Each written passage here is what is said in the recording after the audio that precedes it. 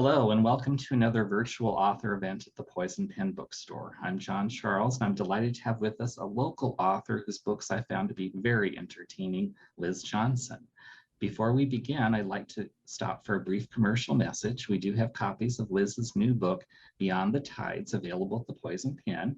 We would love to hold a copy for you or put one in the mail. It's easy. All you have to do is go online or give us a call at the Poison Pen, and we would be happy to connect you with a copy of Liz's book. And now, without further ado, I'd like to welcome Liz Johnson. Hi, thank you so much for having me. Well, thank you for being here. Now, my first question for you is a question a lot of readers have about authors. Tell us a little bit about yourself before you became a writer. Sure. Well, I have always been a writer. I wasn't published until about 12 years ago, but was always a writer, and I kind of grew up all over. But I was mostly raised in Yuma, Arizona, and then went to college in Flagstaff at Northern Arizona University, and I got a degree in public relations. But I wanted to work in publishing, and so I set off for parts unknown and took a job that took me to Oregon and then to Colorado Springs and then to Nashville. And I was working in marketing and publicity for Random House and HarperCollins. And I loved my work there and what I was doing, but I missed my family. And so I moved back to Arizona a few years ago, and now I've settled in the Phoenix area and absolutely love it. And when I am not writing, I am a marketing manager for a nonprofit in Tempe. That's great. Now, I think I read somewhere that you wrote your first short story at the age of 7. Yes. And you published or your first book contract came at age 27. Yes. What was your path to publication like in those years? It was fairly, um, for me, it felt very normal, but I talked to other writer friends, and I'm believing that there is no normal when it comes to the publishing process. So I just was always writing. And I remember in high school, I had a floppy disk that I took with me everywhere.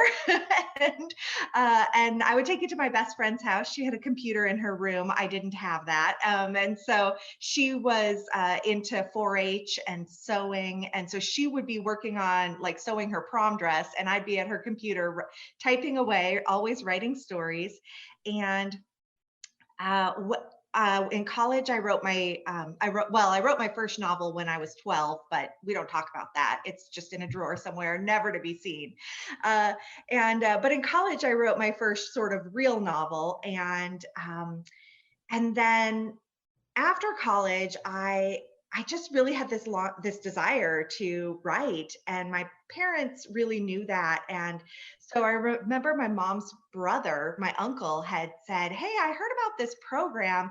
Jerry Jenkins, who wrote the Left Behind series, has started this like writing, I don't know, this writing course, this correspondence course for you know."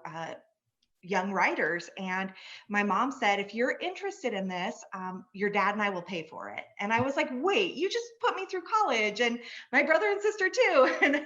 But they were so gracious and so generous, and they paid for this program. So I took this 2-year writing correspondence course, and I had a mentor who was a literary agent, and he and I would trade back and forth notes, and he helped me understand the business of writing and all of that.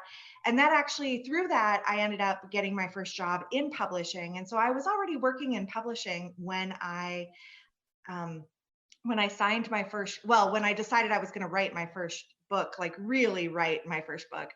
And but I had a terrible tendency of starting books but not finishing them. And I had a good friend that I worked with. We were both in the publicity department at a division of Random House, and she would look at me every day and say, "Did you write last night?" And I was like, "No." And I got tired of letting her down. And so I set a schedule, and I like cranked out my first book in 3 months. And that became my first book, which was published by a division of Harlequin in 2018. Ooh, 2009. That was the kidnapping of Kinsey Thorne. Yes, yes. Did you know you always wanted to write romance when you were starting out? Yeah, I love a happy ending. I want everybody to be happy. That's what I long for and dream dream of a world where that happens. And I know it's not reality, but it uh, I love the escapism of finding, just some humor and some lighthearted moments in life. And so yeah, so I love writing about, romances because I just think that yeah, that our world needs a little more happy. That's very well said.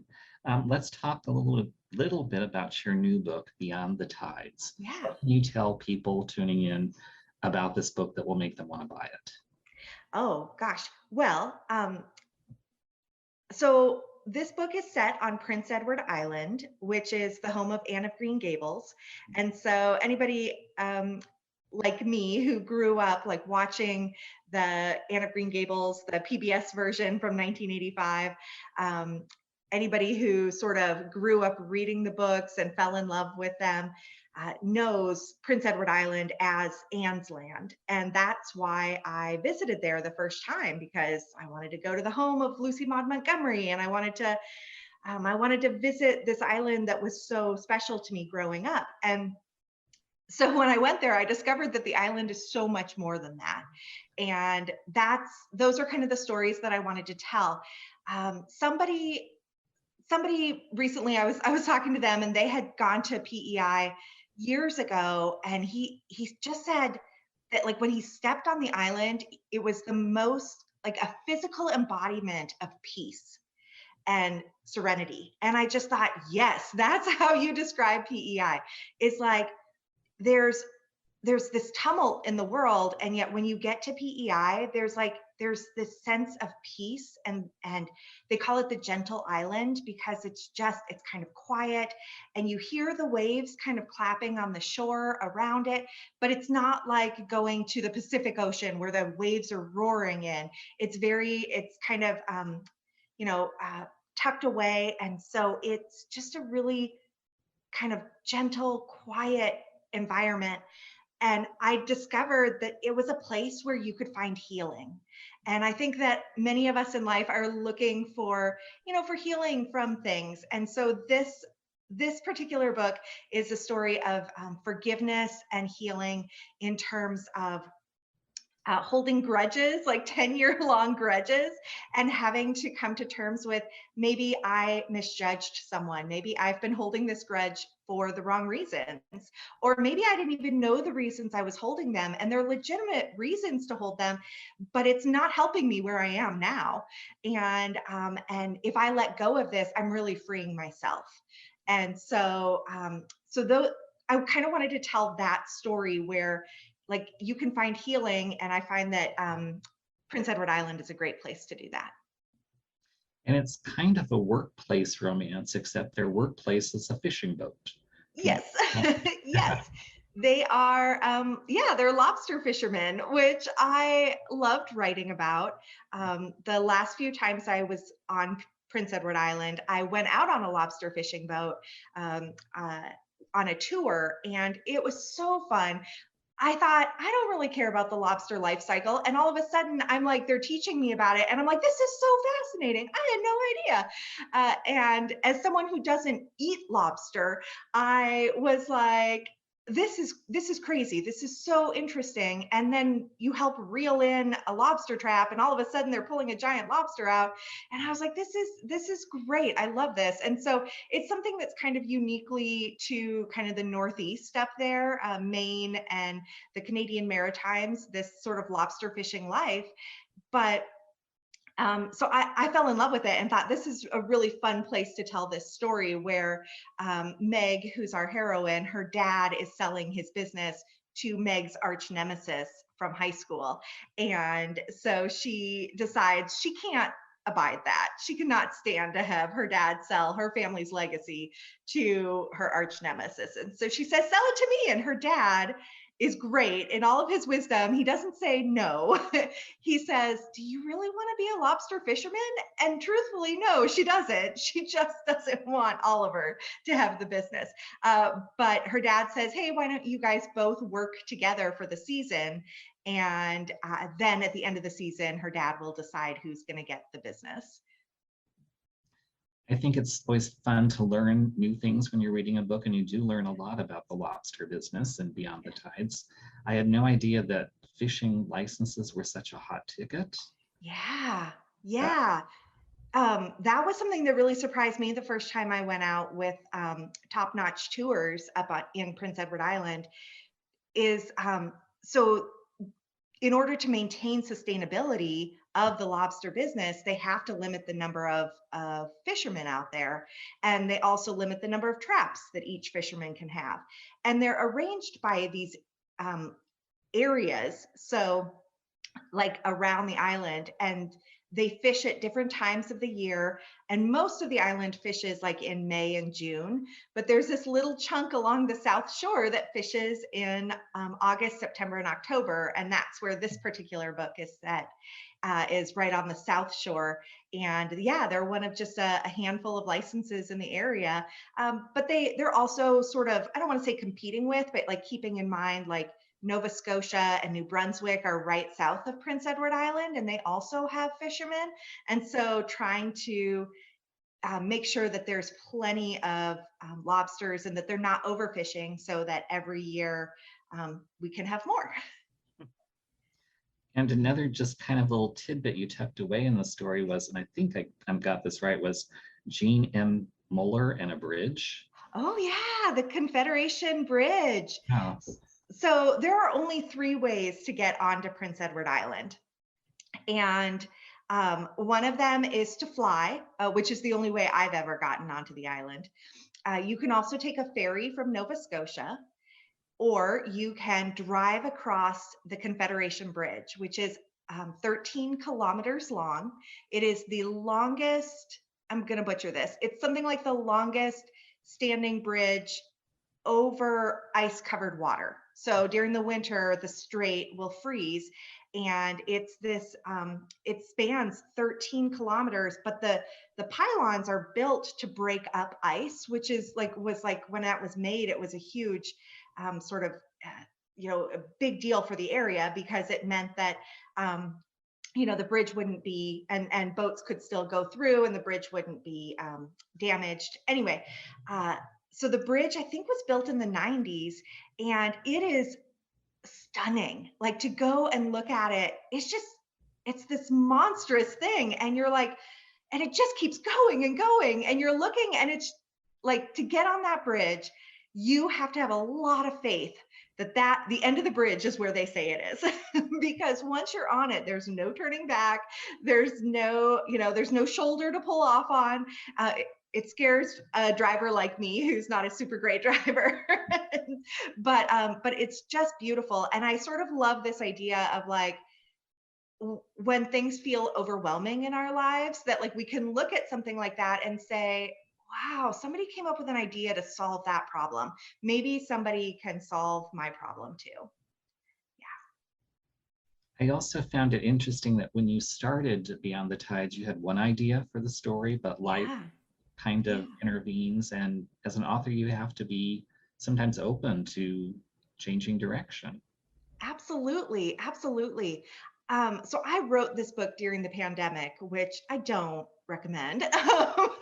It was a tough season, and I had started writing it in the spring, as I usually do, because my books are due August 1st, and so I had started writing in the spring, and I was kind of moving along, and it was going okay, and then I got this call. My dad had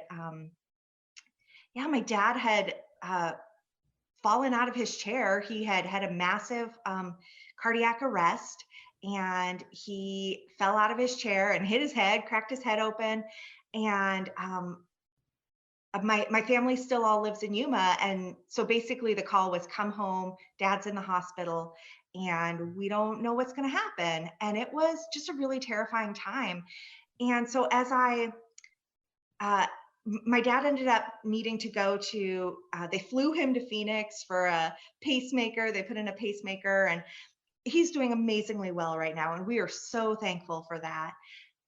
And at the same time, walking through that while I was supposed to be writing a book about that, that initially in my mind had some loss in it.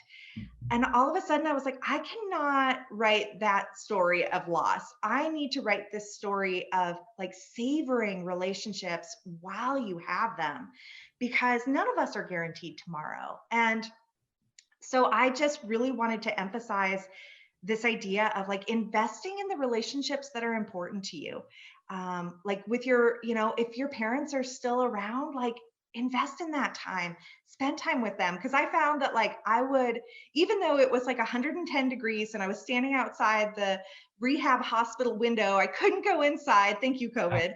I couldn't go inside. I still would rather like be standing outside the window, just seeing my dad through the window, knowing that he was hanging in there and that he was recovering, then I would rather be there than anywhere else. And so yeah, that became kind of the heart of this story of recognizing that, like sort of grieving a loss that may be coming, but choosing to invest in those relationships rather than pulling back into yourself, because I think that's maybe kind of a human reaction sometimes, is just to say, oh, I don't want to, it's too hard, it's going to hurt too much when I do lose this person. And I don't know how much longer I have with my dad, but I know I have today. And so every day I want to make the effort to invest in my relationship with him and with others in my life that matter. And you can kind of see that in Meg initially because her mother is having health Yes. issues, and Yes. she wants to be there for her, and she's trying to be the best daughter possible. But what her mother really wants is for her just to spend time with her. Yes. And she Yes. learns that. And I love, like, Oliver says something to Meg along the way about, like, when your mom is gone, do you want to look back and remember how many loads of laundry you did? Or do you want to look back on sweet memories that you've made together, like times you made her laugh? Mhm. And I think that was such an eye-opening thing for me, is like sometimes we fall into that, like, I'm just going to serve, serve, serve mode. And that's important. That's good. Mhm. But it's those aren't the memories that you're going to look back on and think, "Ooh, this is my favorite memory." So, yeah. Now you've written another series set in the Prince Edward Islands, Yeah. another series set on the Georgia coast, I believe. You Yes. have a fascination with water. Is that just because you live in the desert? It must be. It must be. Um, you know, I think that I'm always inspired to write when I travel, because I hear stories and I experience things. And I think I tend to travel to water because I do live in the desert. So any chance I can get for that, yeah, I'm going to head over somewhere where there's some water. Uh, but yeah, no, I went to Prince Edward Island the first time because my mom had introduced me to Anne of Green Gables, and I promised her when I sold my first book that I would take her to Prince Edward Island. And she laughed at me, and I think that it was either because she thought I wouldn't spend my money on her, or because she thought I was never going to sell a book. And that was fair. But I did eventually sell a book, and when I signed actually it was when I signed my second contract, I was like, okay, let's go, mom. So we went in 2010 for the first time, and I never expected or planned to write a book set on Prince Edward Island, and then I just fell in love with it and said, well, let's keep going back. And so we keep going back to PEI. We were supposed to go last summer, and then pandemic. So, yeah. Now, you've also written novellas, including one that's a New York Times bestseller, and Yeah. short stories. So you've done long and short. Yeah. Which comes naturally to you, or is you fluent in both, I guess? Yeah. Ooh. I don't know that I'm fluent in either. Both of them take a lot of work. But I think that yeah, I love writing short stories, but they're hard to write. It's hard to tell a full story in 7,000 words. But I wrote three kind of short stories for a Christmas collection several years ago, and I loved them. Like I really, really enjoyed that. But it's stretching a different writing muscle, and yeah, sort of like getting rid of everything but the story. And so I tend to be a little bit more wordy, and so I think I like the longer format, and I like exploring and getting a little deeper. But sometimes sometimes I'll write a short story just for the fun of it, because I don't have a whole book's worth of story. I just have just a snippet, and those little snippets are fun to explore sometimes too. You've worked in publishing. Mhm. So as a writer, how do you think that's helped you? And what is the best piece of advice about writing you've ever received? Oh, that's great. So working in publishing was incredibly helpful for me and continues to be very helpful for me, even though it's been 5 or 6 years since I've worked in the industry. But for me, being part of the industry was helpful just in terms of like getting to be part of the conversations about why do we choose to publish the books that we publish. Like what is it that the publishing industry is looking for in a book that they're going to publish. Beyond being a great story, and even beyond like authors all the time hear like platform, platform, platform, what's your platform? And that is important, but it's not the most important thing. That's what I learned when I was working in the industry, and that was really helpful, I think, for me to just be encouraged that good story, like a creative, well-written story, is still the best marketing for a book. And so I was always encouraged by that. I think like on the business side of things, it's just helped a lot. I end up being the author that all my author friends come to say, how do I read my royalty statement? And I'm like, oh, okay, yeah, let's talk about that. Because they're confusing and there's all these numbers and what is this percent and what does that mean? And like most authors, I think before I worked in the industry, I just figured you just get like a check and a piece of paper that says you've sold X number of copies, but that's not what a royalty statement looks like. And so you're trying to figure out discounts and was it sold at X price, and which format was it, like all of these different things. And so for most authors, especially authors who are creative and not detail oriented, like not spreadsheet friendly, they're like, I don't get this. So anyway, that's been a really helpful thing for me. But to go to your other question about the best piece of writing advice I've ever gotten, that came at a writers conference from a writer named Frank Peretti. Years and years ago, he wrote some like spiritual, supernatural thrillers, and he was speaking, and he said, anything worth starting is worth starting badly. And I was like, what do you mean? I was like, no, I want to write a great book. And he unpacked that to say that I think as writers, we want our first draft to be great. We want it to be ready to go. And it's not going to be. And that's okay, because it's still a worthy story, even if the first draft is totally, just a pile of poo. It is worth it um, to pursue, to finish writing that first draft and then go back and fix it, because you can fix what's broken, Mhm. but you can't fix a blank page. Yeah. And so that has really been kind of the writing advice that I cling to regularly. When I'm sitting writing going, this is terrible, I'm like, just get it down, get it on the page, we'll fix it later. This is why we have editors. This is why I don't publish in a vacuum. I need people to speak into this and help me see where I can't see the whole story. Now, with your day job in marketing, what advice would you give to writers out there as in terms of what they can do to market their own books, I guess, successfully and maybe on the cheap? Yeah. Oh man, that's a really good question. It is the question that every author wants to know. Um, I have I am a big proponent of connection over impressions. And so there are ways to get impressions, and it's not that they don't work.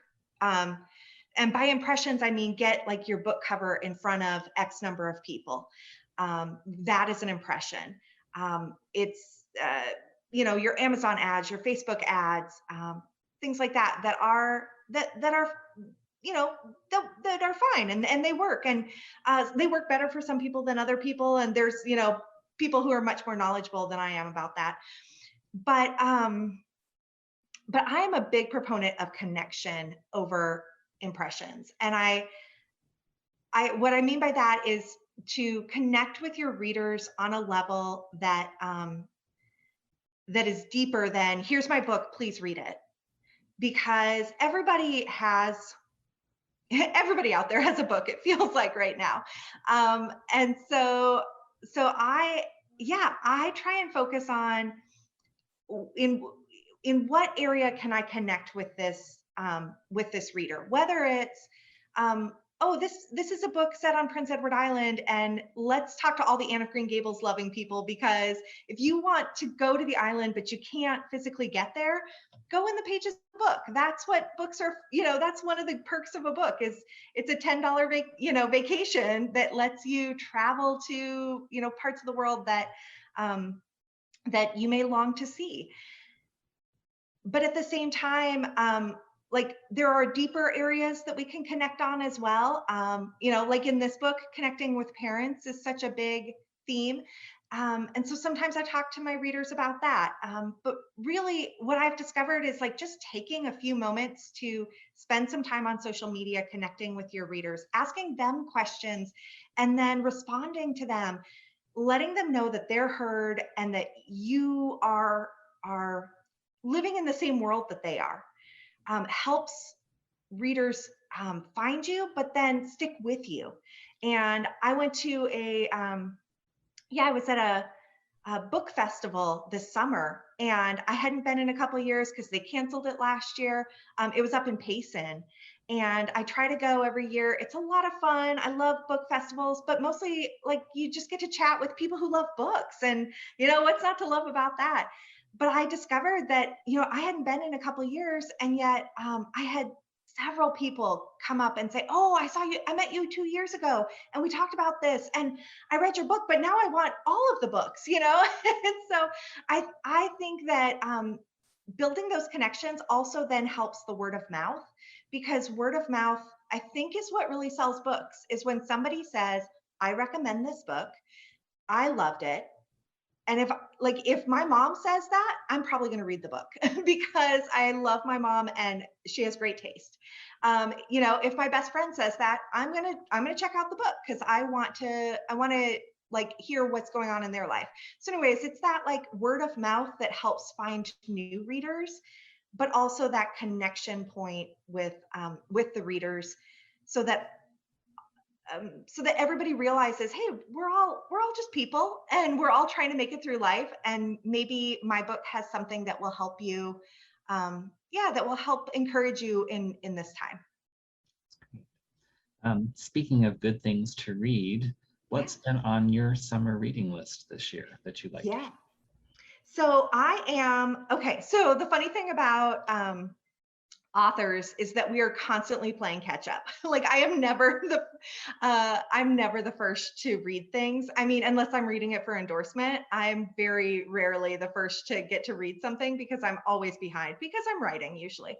But let's see, I had to make a note to myself. I am currently reading Roommates by Sarah Wilson, and I'm loving it. It's super cute. I love a good rom-com.